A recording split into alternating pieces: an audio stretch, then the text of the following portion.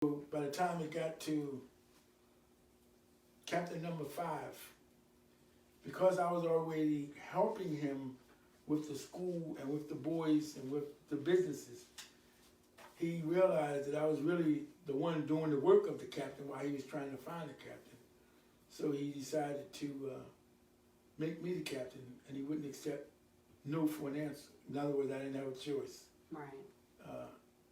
And he helped me to get acquainted with being a captain like he helped me be acquainted with being a math teacher. He sent me to another city to study under what we call the East Coast Regional Captain. That was Yusuf Shah. He was captain when Malcolm was in New York. Malcolm left the Honorable Elijah Muhammad. He stayed and he held New York together until Farrakhan came. So he was the captain's captain. Right. So he became my mentor, and I learned to implement the rules and regulations and the tenets of the requirements of captain under his direction. No doubt. Well, just could you briefly tell us why Malcolm left? Malcolm had a number of things that I think bothered him. One was, I think he really wanted to go to war against the white man, and the Honorable Elijah Muhammad did not. The Honorable Elijah Muhammad had silenced him when President Kennedy was assassinated in 1963. He instructed his ministers not to say anything. And Malcolm got in front of the cameras and made the statement that it was the chickens coming home to roost. Right. So the Honorable Elijah Muhammad told him to keep quiet for 90 days. After the 90 days was up, I think he tried to come back, but the people around the Honorable Elijah Muhammad didn't allow him to get back to the Honorable Elijah Muhammad. Right. So it was like jealous people stopping him. So once he couldn't get back, I think he turned towards, he turned bitter. There was a brother who was killed out in California. Malcolm wanted to riot or go to war against the white man. The Honorable Elijah Muhammad told him, no, be cool. And he had found out that Honorable Elijah Muhammad had some children by some secretaries that was working with him that was not sanctioned in the laws of a holy matrimony. So all of these are things that led him to start his own program. Okay. That's interesting.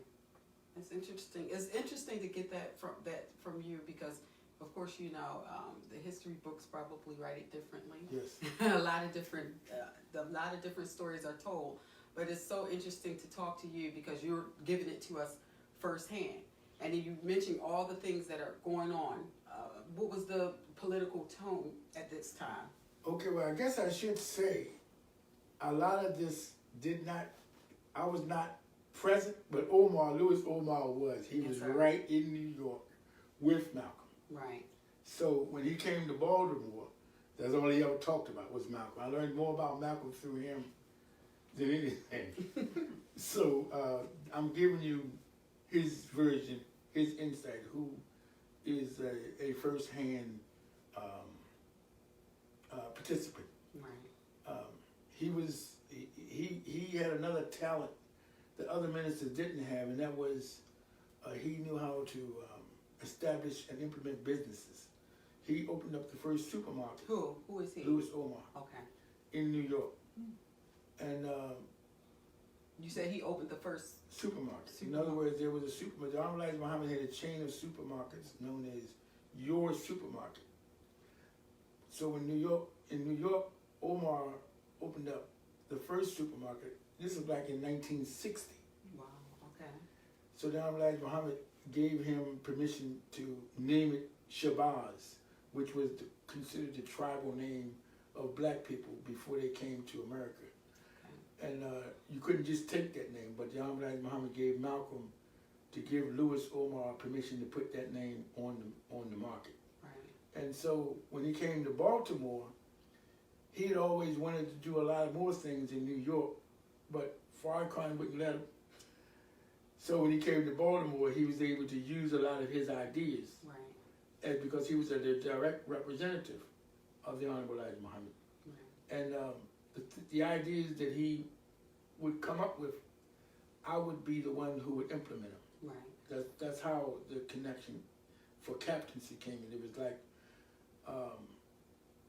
if he could envision it, I could formulate a way to get it done. Right. And it was a whole range of things, businesses as well as other things. No doubt. That's awesome.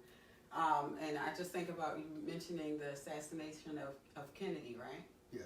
And then not too many years afterward was the assassination of course, Dr. King. No, Malcolm. Malcolm, and then Dr. Yes. King, right? Kennedy was in 63, Malcolm was in 65, And Dr. King was in 68, right? Yes. Okay, so you had a lot. There were many of things going on during the time that you were involved in all of this. Mm-hmm. Of those, what would you say was the most impactful? Oh, it's hard to say. It really is. You have to understand, I'm a young teenager, and it's just getting clocked in. I think I should mention that Muhammad Ali had won the heavyweight championship at the time too, and he was stripped of his belt. Right. And he was drafted into the military, but he refused to draft. So by this time, I'm a Muslim, and we objected on the basis of conscience. Right. So I objected as well. So I figured that was the most impactful because I was always looking over my shoulder, wanting to know when was the FBI coming to arrest me. Right. But they never did because his case was the case for everybody who was a young man at that time, a Muslim under the auspices of the draft. So he appealed his case all the way to the Supreme Court, and he won. So when he won, everybody else who was in that status won. Right. So it was Muhammad Ali versus the United States of America. And he also, and I just want to say this since this is Black History, he's called the People's Champ, not really for how well he fought in the ring, but how well he fought in society against the Vietnam War, standing up for his rights on the basis of conscience. Hallelujah. I think a lot of people misunderstand. And you're right. That merits saying again, because I think a lot of people do. They just see, oh, he was the champ, and he was a champ for boxing, Right. but that's the untold story. He's the people's champ because he called white people devils, but they were just as supportive of him standing against the Vietnam War as black people. Right. And he literally, the only man I know who have the Man of the Century Award. Really? Yes. For the century of the 1900s, they awarded him, I think it was at the, what would they call it, the Olympics.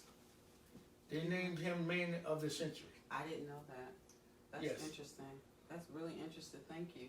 Thank you. Oh yeah, well that's another part of Black history. That is Black history that's untold. That is really awesome. Okay, so I know that hearing yours and Mom's story, we often hear a lot about how things were, the tone, and I just can't imagine it. Of course, we live in a society that's what we feel is much different, but really it isn't. It's just I feel racism is more institutionalized now, and now even not so much that is also in your face.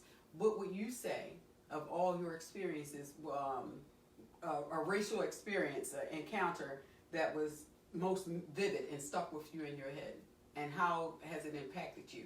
What has it encouraged you in? Well, I would say I was a studious person, so I didn't see race, I don't think, like other people.